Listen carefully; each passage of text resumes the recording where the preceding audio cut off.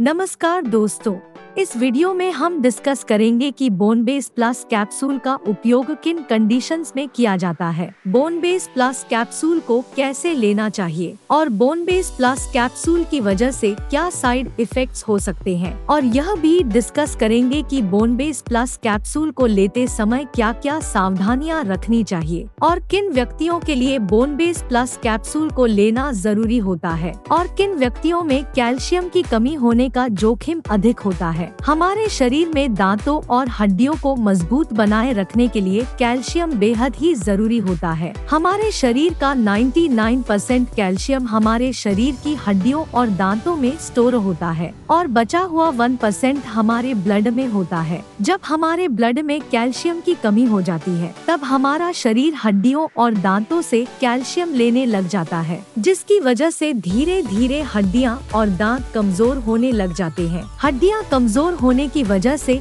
हड्डियों में हल्की सी चोट या गिरने की वजह से भी फ्रैक्चर हो सकता है। कैल्शियम की कमी की वजह से दांतों की जड़ें कमजोर हो जाती है और दांत भंगुर होकर टूटने लगते हैं और छोटे बच्चों में कैल्शियम की कमी होने पर उनके दांतों को निकलने में देरी हो सकती है या लंबा समय लग सकता है। बच्चों में कैल्शियम की कमी लंबे समय तक रहने पर उनकी हाइट भी कम रह सकती है। कैल्शियम की कमी की वजह से बच्चों में रिकेट्स हो सकता है और अडल्ट्स में ऑस्टियोमलेशिया और ओस्टियोपोरोसिस होने का रिस्क अधिक हो जाता है। ओस्टियोपोरोसिस एक हड्डियों का रोग है जिसमें हड्डियां बहुत ही कमजोर व अंदर से खोखली हो जाती है, जिसकी वजह से हड्डियों में हल्की सी चोट या गिरने की वजह से भी फ्रैक्चर हो सकता है। शरीर में कैल्शियम की कमी होने पर शरीर की हड्डियों और जोड़ों में दर्द रहने की समस्या भी हो सकती है। कैल्शियम के साथ विटामिन डी भी लेना जरूरी होता है। शरीर में विटामिन डी की कमी होने पर भी कैल्शियम की कमी हो सकती है, क्योंकि विटामिन डी शरीर में कैल्शियम के अवशोषण में मदद करता है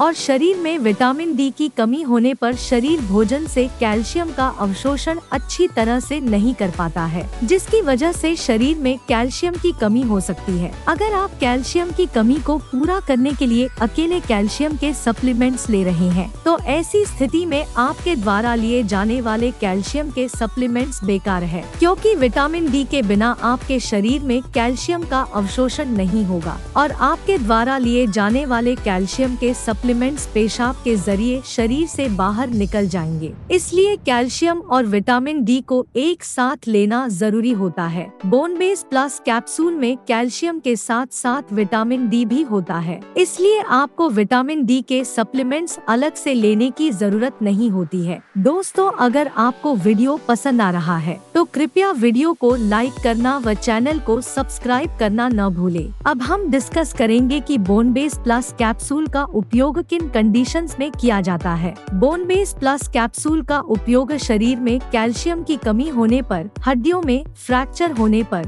रूमेटॉइड अर्थराइटिस और ऑस्टियोआर्थराइटिस होने पर, शरीर के जोड़ों, हड्डियों व मांसपेशियों में दर्द होने पर, न्यूरोपैथिक दर्द होने पर यानी नसों का दर्द होने पर, डायबिटिक न्यूरोपैथी होने पर, गर्भवती महिलाओं और स्तनपान करा रही महिलाओं के लिए ऑस्टियोपोरोसिस होने पर, ऑस्टियोमलेशिया या रिकेट्स होने पर, शरीर में न्यूट्रिशन की कमी होने पर, शरीर में दांतों, जोड़ों और हड्डियों को स्वस्थ बनाए रखने के लिए, और जो व्यक्ति मिर्गी या दौरों की दवाइयां ले रहे हैं जैसे फेनोबार्बिटल फेनिटोइन, उन व्यक्तियों को भी doctor bone base plus capsule को लेने की सलाह दे सकता है। अब हम डिस्कस करेंगे कि किन व्यक्तियों में कैल्शियम की कमी होने का जोखिम अधिक होता है और किन व्यक्तियों को बोन बेस प्लस कैप्सूल को लेने की जरूरत पड़ सकती है। जो व्यक्ति शुद्ध शाकाहारी डाइट लेते हैं और दूध, दही जैसे डेयरी प्रोडक्ट्स का सेवन बहुत कम मात्रा में करते हैं, ऐसे व्यक्तियों में कैल्शियम की कमी होने का जोखिम अधिक होता है। इसलिए ऐसे व्यक्तियों को बोन बेस प्लस कैप्सूल को लेने की जरूरत पड़ सकती है। महिलाओं में मेनोपॉज के बाद एस्ट्रोजन हार्मोन का प्रोडक्शन कम हो जाता है, जिसकी वजह से महिलाओं में मेनोपॉज के बाद कैल्शियम की कमी बहुत जल्दी होती है और ऑस्टियोपोरोसिस होने का रिस्क भी अधिक हो जाता है। इसलिए कैल्शियम की कमी को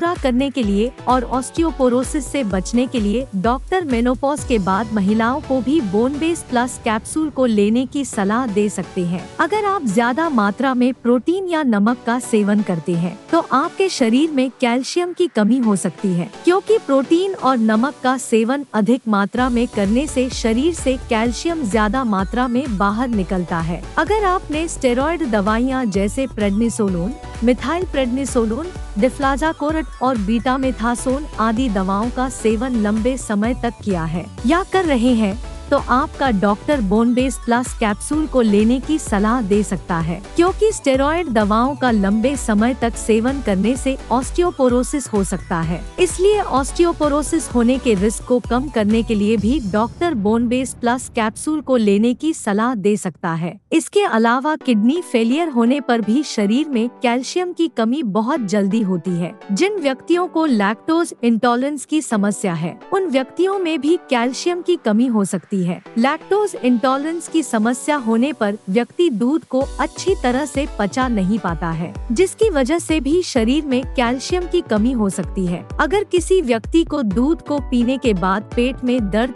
पेट में गैस, पेट में भारीपन, दस्त या स्टूल के अंदर फैट आती है तो ये लक्षण लैक्टोज इंटॉलरेंस के हो सकते हैं। अब हम डिस्कस करेंगे कि बोन बेस प्लस कैप्सूल को कैसे लेना रिकमेंडेड होता है। बोन बेस प्लस कैप्सूल को खाना खाने के बाद लेना रिकमेंडेड होता है। बोन बेस प्लस कैप्सूल को आप हल्के गर्म दूध या हल्के गर्म पानी के साथ ले सकते हैं। आमतौर पर 18 साल से अधिक उम्र के ज्यादातर व्यक्तियों को doctor bone base plus capsule को दिन में एक ही बार लेने की सलाह देते हैं। बोन बेस प्लस कैप्सूल की डोज उम्र, शरीर के वजन और बीमारी की गंभीरता के आधार पर कुछ व्यक्तियों में इससे अलग भी हो सकती है। इसलिए आपको बोन बेस प्लस कैप्सूल को आपके डॉक्टर द्वारा बताई गई डोज में ही लेना चाहिए। बोन बेस प्लस कैप्सूल को कितने समय तक लेना चाहिए, यह उम्र और बीमारी की गंभीरता के आधार पर सभी व्यक्तियों में अलग अलग हो सकता है। इसलिए बोन बेस प्लस कैप्सूल को डॉक्टर की सलाह के बिना ज्यादा लंबे समय तक नहीं लेना चाहिए। कैल्शियम का सबसे अच्छा स्रोत दूध को माना जाता है और दूध से बने उत्पाद जैसे कि पनीर और दही में भी कैल्शियम अधिक मात्रा में पाया जाता है। इसलिए अगर आप अपने शरीर की कैल्शियम की कमी को प्राकृतिक खाद्य पदार्थों से पूरा करना चाहते हैं तो आपको इनका सेवन पर्याप्त मात्रा में करना चाहिए। 1 लीटर दूध में लगभग 1300 mg कैल्शियम होता है। अगर कोई व्यक्ति या बच्चा प्रतिदिन 1 लीटर दूध को 2 भागों में बांटकर सुबह शाम पी लेता है तो उसमें कैल्शियम की कमी नहीं होती है। इसके अलावा मूंग दाल,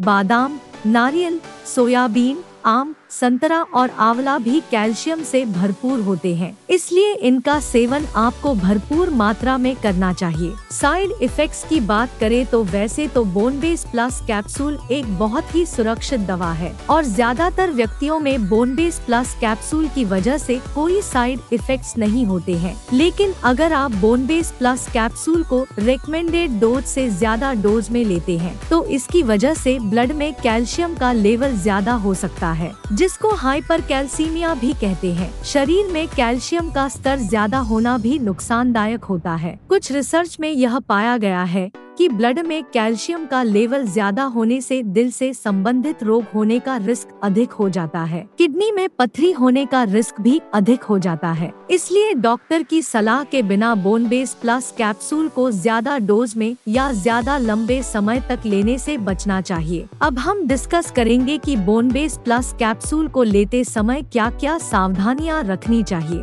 थायराइड की टैबलेट और बोन बेस प्लस कैप्सूल को एक साथ नहीं लेना चाहिए, क्योंकि थायराइड की टैबलेट और बोन बेस प्लस कैप्सूल को एक साथ लेने से थायराइड की टैबलेट का अवशोषण कम हो सकता है, जिसकी वजह से थायराइड की टैबलेट की प्रभावशीलता कम हो सकती है। अगर आप थायराइड की टैबलेट को लेते हैं तो आपको थायराइड की टैबलेट और बोन बेस प्लस कैप्सूल में 8 से लेकर 10 घंटे का गैप रखना चाहिए। किडनी की कोई समस्या होने पर और किडनी में पथरी होने पर बोन बेस प्लस कैप्सूल को डॉक्टर की सलाह सलाह के बिना नहीं लेना चाहिए। आपको बोन बेस प्लस कैप्सूल को लेते समय आयरन के सप्लीमेंट लेने से बचना चाहिए, क्योंकि कैल्शियम के साथ आयरन के सप्लीमेंट लेने से कैल्शियम शरीर में आयरन के अवशोषण को रोक सकता है। वीडियो को देखने के लिए आपका धन्यवाद। अगर आपको वीडियो पसंद आया तो प्लीज वीडियो को लाइक कर देना, चैनल को सब्सक्राइब कर लेना, और अगर आपका बोन बेस प्लस कैप्सूल से संबंधित कोई प्रश्न है